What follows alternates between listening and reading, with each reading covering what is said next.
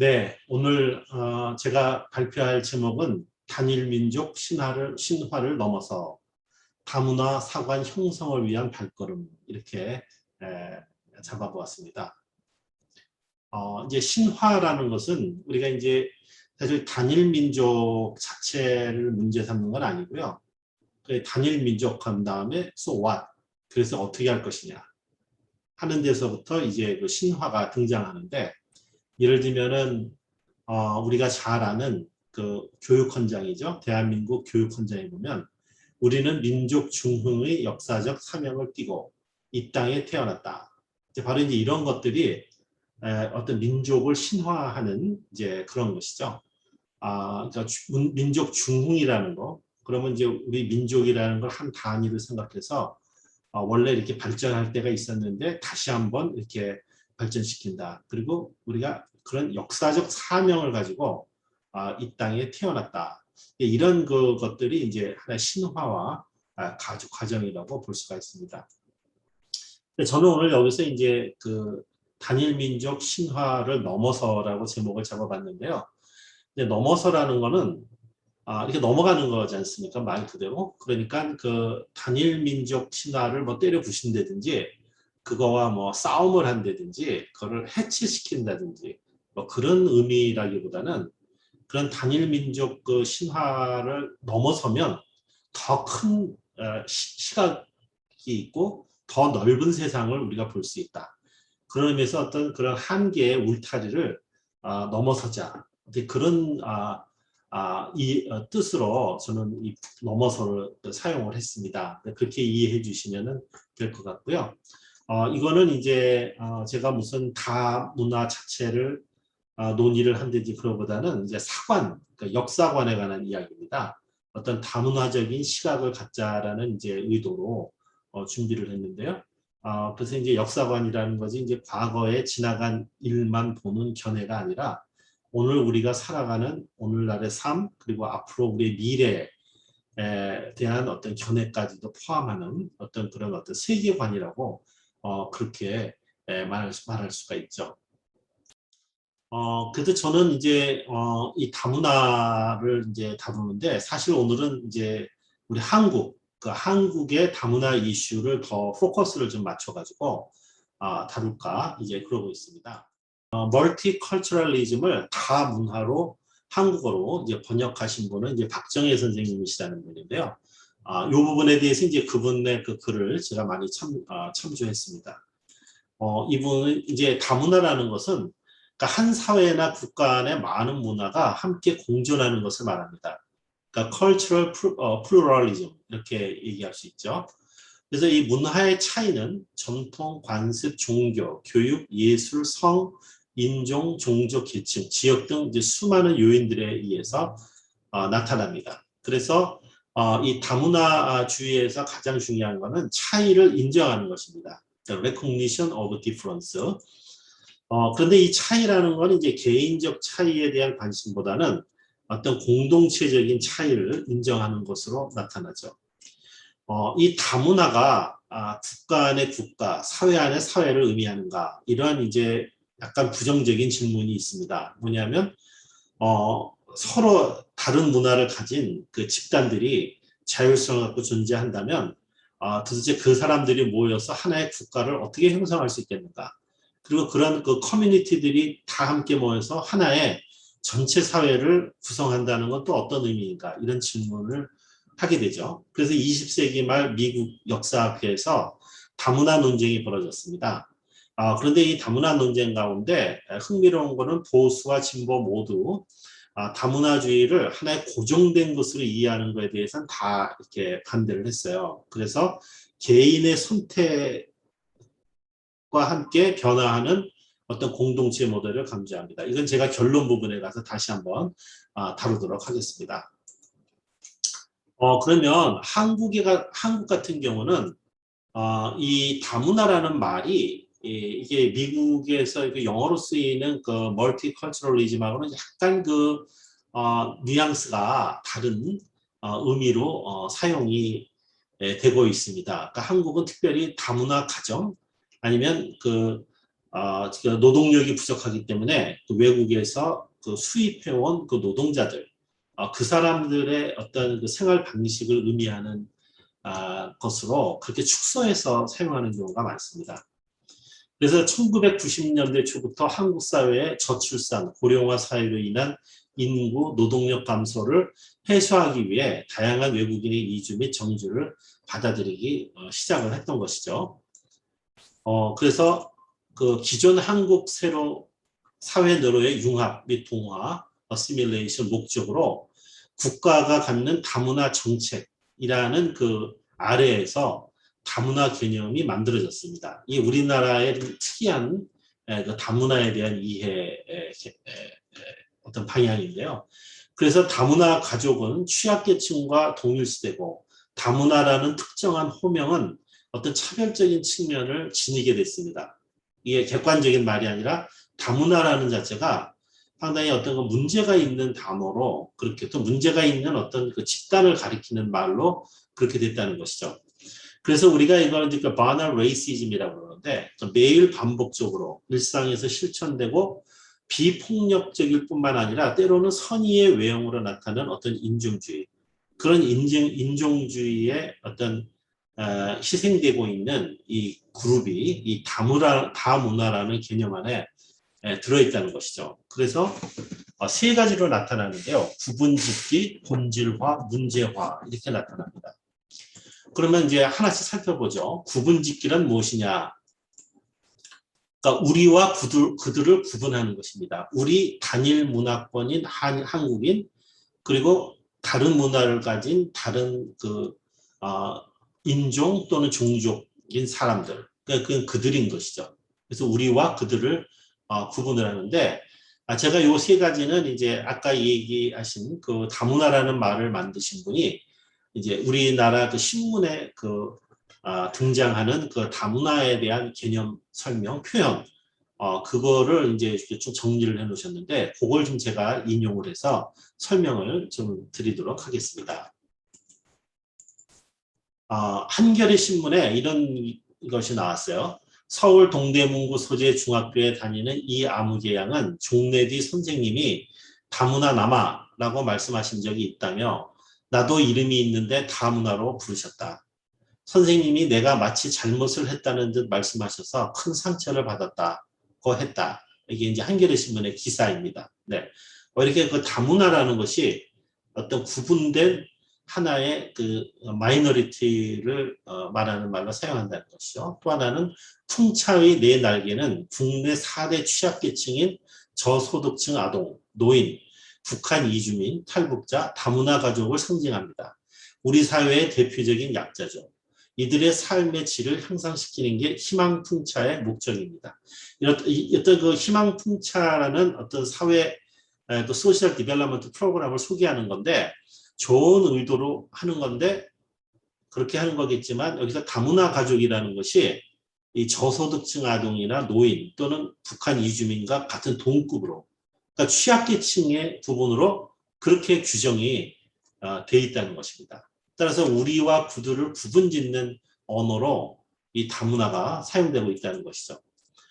또 하나는 이 다문화라는 말의 본질화 무슨 얘기냐면 다문화답게라는 게 있습니다. 이게 뭐냐면 한국 사회에서 정책적으로 2세들 특히 어떤 글로벌 그 인적 자원으로 그들을 생각하고 그것이 바로 뭐냐면 다문화 가정에서 자란 아이들의 정체성으로 규정을 하는 것이죠.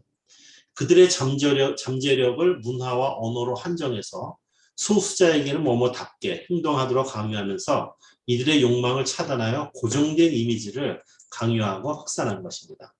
그래서 이 씨가 중국말로 어머니 고향이 어디냐고 묻자 취향은 지린성 쪽인데 도시 이름을 정확하게 모르겠다며 한국말로 답했다. 엄마를 통해 어려서부터 자연스럽게 중국어를 접한 터라 듣고 이해하는 데는 무리가 없는 수준이었다. 다문화 자녀들의 강점은 성장 배경 때문에 두 가지 언어를 쉽게 터득할 수 있다는 점이다. 자신이 가지고 있는 고유 자산의 가치를 찾아내고 문화의 다양성을 수용하며 글로벌 시대의 이중언어 구사가 가능한 능력을 발휘할 수 있는 계기를 마련할 예정이다.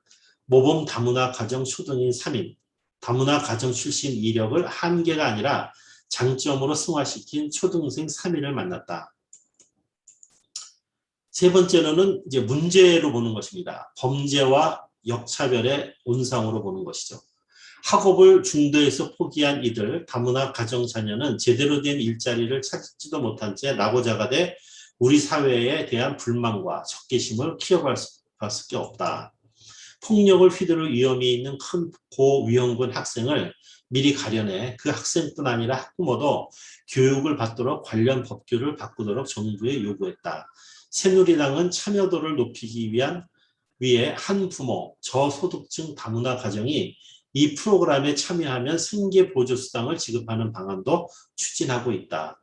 특히 학생의 경우 언어 습득이 제때 이루어지지 않으면 학교 생활이 힘들어진다. 그뿐 아니라 학습 부진, 폭력 행동 등 또 다른 사회 문제를 일으킬 수 있다. 외국인, 다문화 자녀 범죄를 감당하는 한 경찰관은 중도 입국 자녀 문제를 외면하면 향후에 감당하기 어려운 사회 문제를 떠안을 가능성이 있다고 말했다. 묻지마 범죄를 저지르는 외로운 늑대가 곳곳에서 나타날 수 있고 프랑스에서처럼 이민자 폭동이 일어날 수도 있다고 말했다. 한국 학부모들은 대동초를 기피하고 있다. 지원 정책의 초점이 다문화에 맞춰져 한국 학생이 상대적인 역차별을 느낄 우려가 있기 때문이다. 현장에서는 교사들이 어려움을 겪고 있는 것으로 알려졌다. 교육과정을 할 때 문제점이 다문화 학생들을 위해 교재를 그들에게 맞췄을 때 단일문화 학생들이 역차별을 받을 수 있다는 거죠. 네, 이런 그 기사가 나왔습니다. 그렇다면 이런 식의 인식을 보이는 우리 한국인은 여기서 말하는 것처럼 우리가 단일 문화권에 있는 단일 문화인이고 또 단일 민족인가? 여기에 관해서는 이제 제가 여러분들한테 책을 한 권 좀 소개해드리고 싶은데요. 네, 여기에 오른쪽에 제가 해놨는데 이희근 박사님이 쓰신 고대 한반도로 온 사람들, 다양한 종족이 세력을 겨려온 고대 한반도 이야기입니다. 네, 이분의 글에 의하면 한반도의 역사는 시작부터 다문화였다라는 설명을 하고 있습니다. 여러분 당군 신화에 곰과 호랑이가 나오지 않습니까? 근데 그 곰과 호랑이는 그 선주하고 있던 그 땅에 미리 살고 있던 말가린의 그 종교를 말하고요. 당군은 이제 말하자면 이민자 가정의 출신이다. 역사적으로 말하면 그렇게 말할 수 있다는 것이죠. 그리고 진시황 폭정과 진나라 내전으로 피나는 중국인 5만 명 내지 10만 명이 조선을 점령해서 위만조선을 세웠습니다. 그리고 이들이 한사군에 쫓겨 영남 일대로 이주하여서 24개국을 세웠는데 그것이 오늘날 우리가 역사적으로 얘기하는 삼한시대의 진한 변환입니다. 여기서 중국인 5만 명 내지 10만 명은 우리가 역사적으로 17세기가 조선의 인구가 500만이라고 그랬거든요. 그럼 이거는 옛날 그보다 거의 2000년 전의 얘기니까 사실 5만 명, 10만 명이라면 엄청나게 많은 숫자라고 할 수 있겠죠. 그리고 본래 이 지역으로 이주해서 살던 한인을 이들과 구별짓기 위해서 마한이라고 호칭한 것입니다. 그래서 한반도 남쪽에 삼한이 존재했던 것이죠. 마한, 진한, 편한. 그리고 남해안 일대에 이미 많은 외인들이 정주하여 살고 있었습니다. 또 부여인이 지린성 일대로 몰려들자 이 지역에 살던 예맥족이 압록강 근처로 이주하여서 고구려를 건국한 것이죠. 그리고 주도권을 상실한 일파가 한강 유역으로 밀려와 백제를 건국한 것이었습니다. 따라서 예맥족, 고조선인, 말갈족이라고 추정되는 고조선인, 그 다음에 한인, 그 다음에 마한, 그러니까 마한이 한인이죠. 그다음에 중국계 이주민, 변한 진한, 그리고 외인 등으로 이루어진 고대 한반도의 인종조합이 일단락됐고 이것이 한반도 역사의 시작이었다는 것입니다. 한반도의 그 단일민족은 소중화주의 이데올로기의 산물인 것이죠. 이렇게 단일민족이 아니었는데 단일민족이 나온 것은 소중화주의라는 것은 우리나라가 작은 중국이라는 것입니다. 그러니까 이제 중국과 같은 문명 국가를 이룩했다는 것이거든요. 작은 중국의 나라. 이제 그런 뜻인데 그래서 이제 당군 조선이 이제 이때부터 신화되기 시작합니다. 특히 13세기의 일련의 삼국유사와 이순후의 제왕문기에 이게 이제 등장하는데요. 우리 역사가 고조선에서 시작됐고 그 시조는 단군이다라는 공통점을 강조합니다. 단군은 중국에서 이상적인 제왕으로 꼽히고 있는 요나라 임금과 같은 시국에 개국을 했다는 걸 강조하고요. 고조선 이후에 등장한 부류의 부여, 주몽의 고구려 등 역대 왕조는 모두 고조선을 계승하고 있다고 주장을 합니다. 이렇게 일렬로 다양한 종족의 그 나라들을 하나의 고조선에 맞춰가지고 일렬로 서열을 해서 이제 그 역사를 고조선에부터 시작한 걸로 이렇게 만들어 놓은 것이었습니다. 13세기 이전에는 사실 단군보다는 기자를 중심으로 하여 기자조선을 강조했었습니다. 기자 동래설이 있는데 이게 뭐냐면 기자가 중국 사람인데 동쪽으로 망명하자 주나라 무왕이 기자를 조선의 제후로 봉했고 기자가 8조 건물급을 백성을 교화해 조신이 영국 왕조에 비견되는 문명나라가 되었다는 전설입니다. 이것은 중국이 한 나라가 만들어낸 전설이었어요. 단군은 단지 평양 지역 토호들의 조상인 왕검으로 추앙되고 있었습니다. 그런데 이 단군조선이 강조하게 된 이유는 요순 관계처럼 단군에게로부터 평화롭게 이양받는 기자에 의해 우리나라가 중국과 같은 문명국가가 되었다. 즉 소중화가 되었음을 강조하는 역사상을 창안한 것입니다. 이런 것이 왜 필요했냐면은 그 당시에 몽골 지배를 당하고 있었기 때문에 그 몽골 지배를 벗어나고자 하는 의도에서 시작이 된 것입니다. 우리는 문화민족이다 하는 걸 강조하기 위한 것이었죠. 그리고 이성계의 조선 건국기에 이 소중화주의의 역사관이 더 강화됐습니다. 태종은 뭐라고 얘기를 했냐면 조선의 단군은 동방에서 처음으로 천명을 받은 임금이고 기자는 처음으로 교화를 일으킨 임금이다. 이 연결성을 강조했어요. 왜냐하면 명나라로부터 새로 세우는 나라의 정당성을 받아야 되기 때문에 그때는 이제 우리가 제후국처럼 돼 있었기 때문에 중국에서 그 인정을 해줘야 되지 않습니까? 그러니까 어떻게 되냐면은 조선을 얘기할 때 단군조선과 기자조선을 서로 이렇게 연결시킨 것이었어요. 그래서 1429년에 단군사당을 설립하는데 조선 단군이라는 말을 조선 시조 단군으로 바꿨습니다. 그리고 위패에 또 하나 사당을 만들어서 후조선 시조 기자. 그래서 단군과 기자를 우리 민족의 조상으로 섬기는 거죠. 그래서 조선, 단군, 후조선, 기자로 이어지는 계승 관계를 추인하고 단군이 자국사의 출발이자 시조라고 공식 선언을 하게 된 것입니다. 그런데 16세기에 강력한 살인파가 득세하자 단군은 격화되고 기자 숭배가 급속화됐습니다. 이울곡의 기자실기에 이울곡은 단군이 제일 먼저 등장했으나 문헌이 없어 헤아릴 수 없다. 기자가 군주로 군림한 뒤에야 우리 동방이 비천한 동이가 되지 않고 중화문명국이 되었다. 이렇게 얘기를 했습니다. 그리고 영조왕은 기자가 동방을 오면서부터 오랑캐가 변하여 중화문명국이 되었다. 이렇게 얘기를 했죠. 그리고 이익과 안정복의 소위 말하는 사만 정통론에 의해서 우리 이제 조선의 역사는 기자조선을 시작으로 해서 기자조선, 마한, 신라, 조선 이렇게 이어진다는 거예요. 그러면서 고구려와 고려를 역사의 정통에서 빼버렸습니다. 그리고 이제 단군조선이 단일민족 신화로 이제 자리매김하게 된 거는 일제 침략에 맞서기 위한 국민 정체성 함양에서 비롯된 것이었습니다. 대한매일신보가 1908년 1월 1일 날 단군 시조 자손으로서의 이 국가를 잊을 쏜가라는 논설을 썼고요. 또 같은 해에 황성신문은 2천만 민족은 동일 단군 자손이다라는 사설을 썼습니다. 1911년 신흥무관학교가 독립군 간부 양성을 하는 애국가에 보면 품질 좋은 단군 자손 우리 국민일세라는 대목이 나옵니다.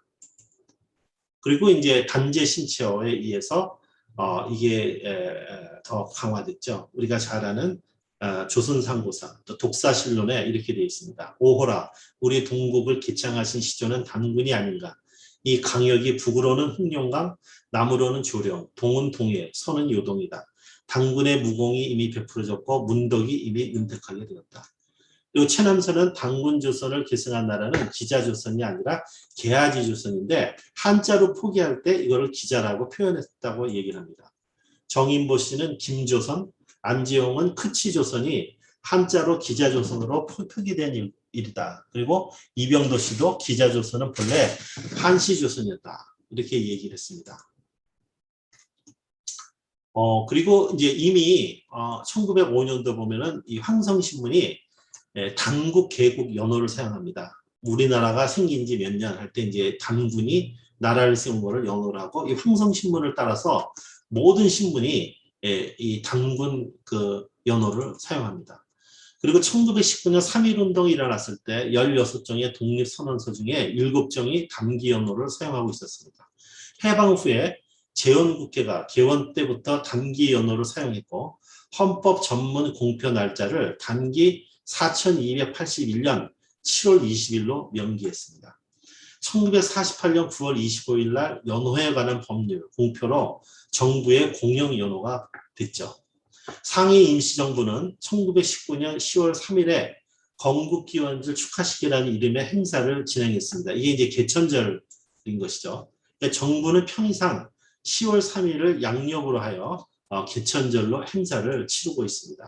이 단기 산정 방식은 동국통감 기록을 따르고 있는데 요나라 임금 25년인 무진년을 단군의 직위연도로 기록한 것입니다. 그런데 흥미로운 거는 그 중국 사람들은 요순 임금을 전설의 인물로 보지 역사적인 인물로 보지 않습니다. 근데 우리나라는 그거를 역사로 설명해가지고 그 연도를 계산해가지고 대한민국의 그 건국일을 단기라고 해가지고 이걸 사용을 했다는 것이죠.